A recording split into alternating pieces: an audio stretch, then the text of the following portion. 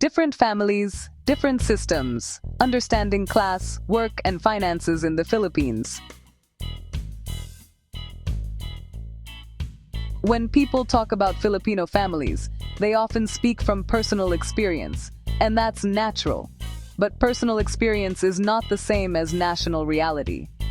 Today, I want to talk about something that often causes confusion, even among Filipinos themselves: how families work, earn, and manage money, depending on their economic class. This is not about who is right or wrong.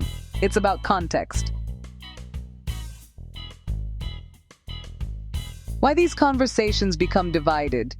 You'll often hear someone say, "That's not how it works. I grew up in the Philippines." And they're telling the truth, their truth. But the Philippines is not one lifestyle.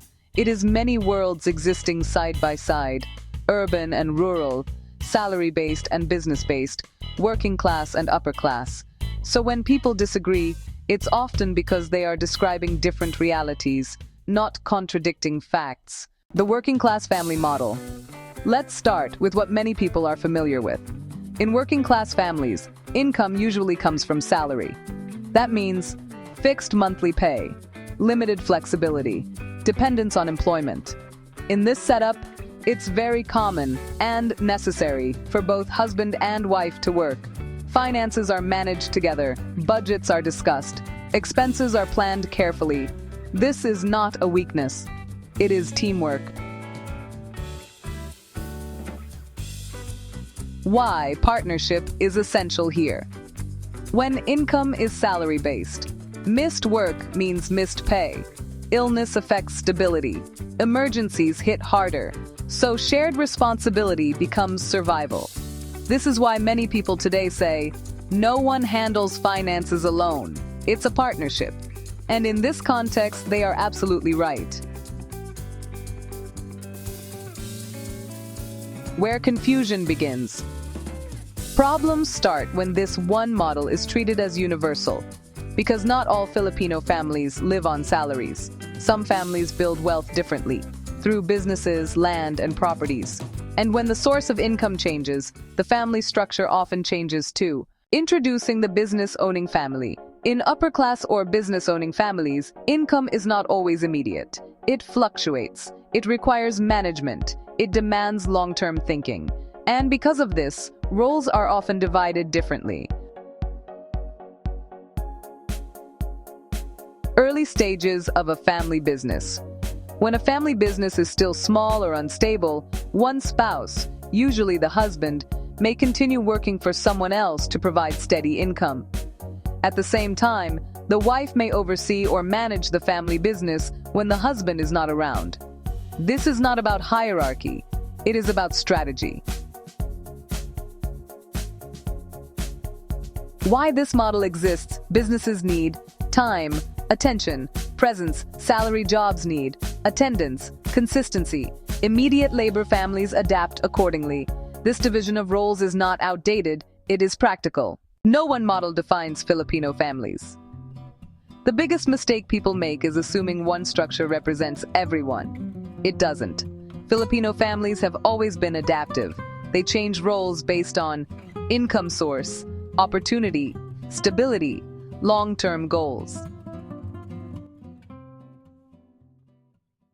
In the next part, we'll go deeper into upper-class family structures, how businesses transition, and how roles evolve once stability is achieved. Because what people often see as traditional is actually economic strategy. Different families, different systems, understanding class, work and finances in the Philippines, business, property, and the evolution of family roles. In the first part, we talked about context, about how different economic realities shape different family systems. Now, let's take a closer look at business-owning and property-owning families, because this is where many misunderstandings begin. When income is not a paycheck. In business-based families, income does not arrive every 2 weeks. It depends on sales, management, market conditions, long-term planning. Because of this uncertainty, families often create structured roles instead of shared day-to-day budgeting. This structure is not about control. It's about risk management. The early phase of family businesses. When a family business is still young, it is rarely strong enough to fully support the household. So families do something very practical. One spouse, often the husband, keeps a stable job to ensure consistent income. Meanwhile, the wife oversees operations, handles daily management, builds customer relationships, maintains the business while the husband is away. This is not tradition for tradition's sake. It is strategy. Why the wife often manages. Historically, Filipino women have been trusted managers of resources. They are known for budget discipline, long-term thinking, protectiveness over family assets. So when a business needs careful handling, it often falls naturally into their hands. This does not diminish men. It highlights trust. Transitioning into stability. As the business grows, income becomes consistent, risk decreases, systems are established. At this stage, many husbands leave their salaried jobs and focus entirely on the family business. Now, roles evolve again. Management becomes shared. Expansion becomes the priority. Property as a family strategy. In many upper-class Filipino families, business income is reinvested into property. Land, rental units, commercial spaces. Property is not just wealth. It is security across generations. And this is why financial decisions are often centralized rather than casual. Why this looks old-fashioned to some.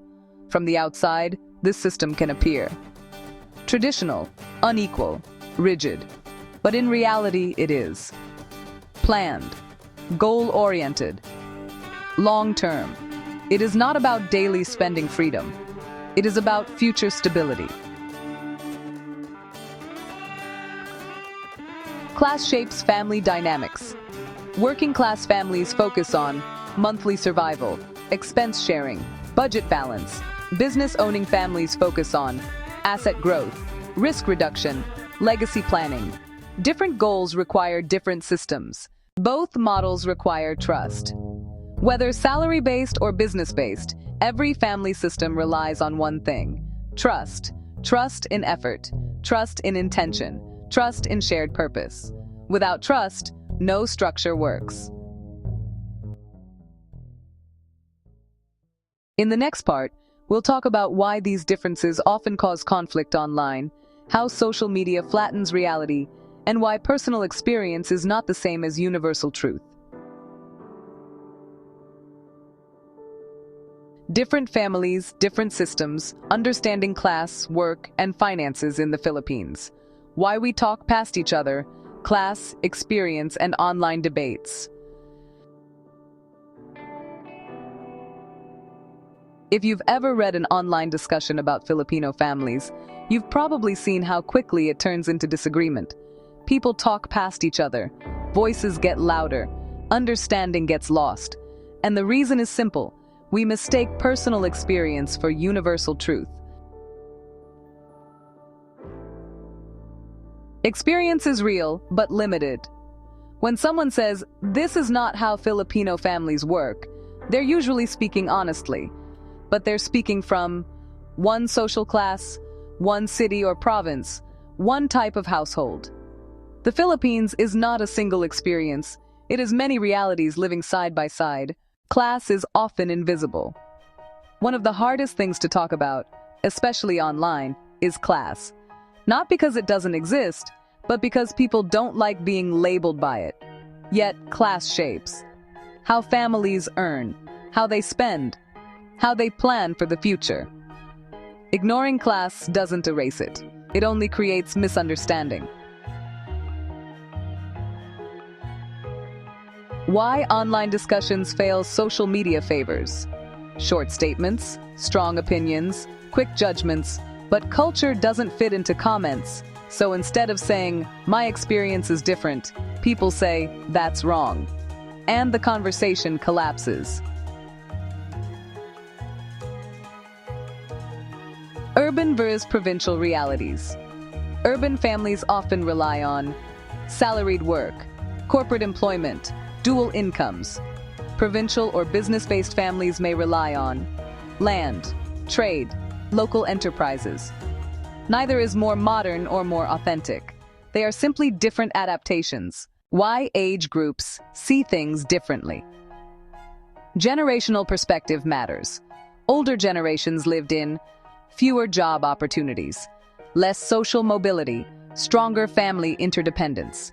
Younger generations grew up with more education access, more employment options, more individual choice. Different conditions produce different systems. The problem with generalizations. When people say, that only happens in small towns, they unintentionally dismiss business families, landowning families, multi-generational households. What looks small on a map may be economically powerful in reality. Listening as a skill. Understanding culture requires listening without needing to win. It means saying, that wasn't my experience, tell me more, not, that never happens. Cultures survive because people listen, not argue. Making space for multiple truths. The truth is, working-class families manage finances as partners. Business-owning families often assign roles. Roles shift as income sources change. All of these can be true at the same time.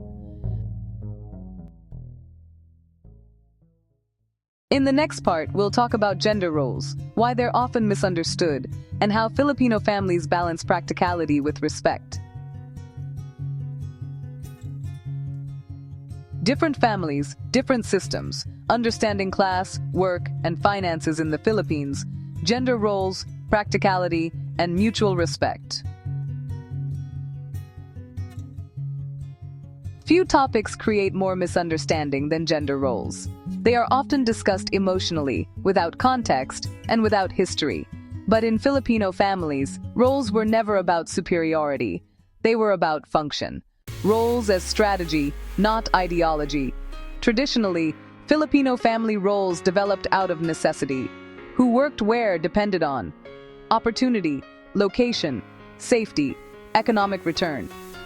This is why roles were flexible long before the word flexible became popular. Why men often worked outside.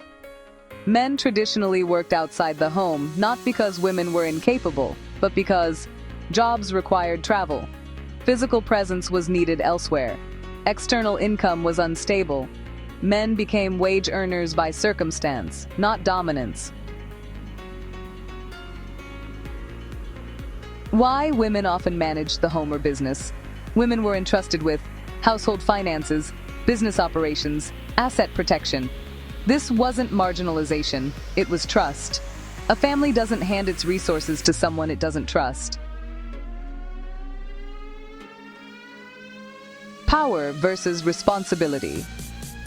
Outsiders often confuse responsibility with power.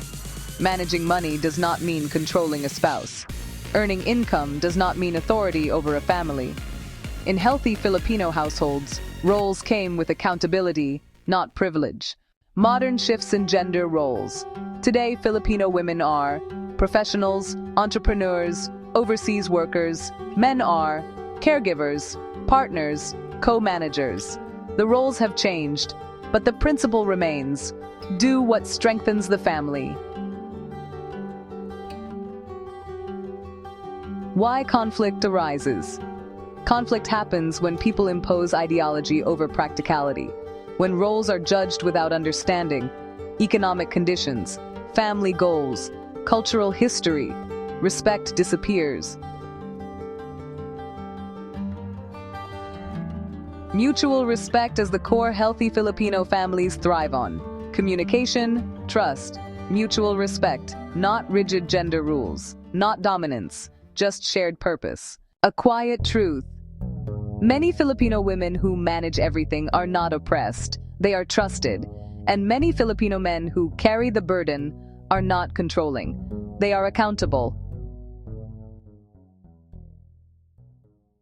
In the final part, we'll bring everything together: class, roles, finances, and respect, and talk about what outsiders often miss most. Different families, different systems, understanding class, work, and finances in the Philippines. Understanding without judgment. Throughout this conversation, we've explored different family systems in the Philippines, not to rank them, but to understand them. Because understanding begins where judgment ends. There is no single Filipino family model. One of the biggest misconceptions is the idea that there is only one correct way Filipino families operate. The truth is simpler and richer. Families adapt based on economic class, source of income, opportunity, long-term goals. A salaried household and a business-owning household will naturally look different. Both are valid. Why comparisons create conflict? Conflict often arises when people compare systems without considering context. When one experience is treated as universal, other lived realities are erased. Respect requires acknowledging that multiple truths can exist at the same time. Culture is not static. Filipino culture has never been frozen in time. It has survived because it adapts. Roles shift, responsibilities change, structures evolve, but the core values remain: family, responsibility, mutual respect.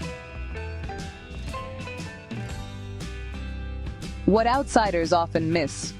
From the outside, Filipino family systems can look traditional, complicated, even restrictive. But what is often missed is the deep trust that holds these systems together. Trust between spouses, trust between generations, trust in shared purpose. A message to Filipinos and non-Filipinos. To Filipinos, your experience is real, but it is not the only one. To non-Filipinos, you don't need to fully agree to show respect. Curiosity is enough. The heart of the matter. At the center of every Filipino family system is the same goal: stability, continuity, care for the next generation. Different paths lead to the same purpose. A final thought. Before dismissing a practice as outdated, ask why it exists. Before judging a family system, ask what it was designed to protect. Understanding does not require sameness, only openness. This has been Different Families, Different Systems. Understanding class, work, and finances in the Philippines. Thank you for listening, thank you for reflecting, and thank you for choosing understanding over assumption. Settings. Use appropriate media. Make the background music inspirational. Use a female voice for the narrator.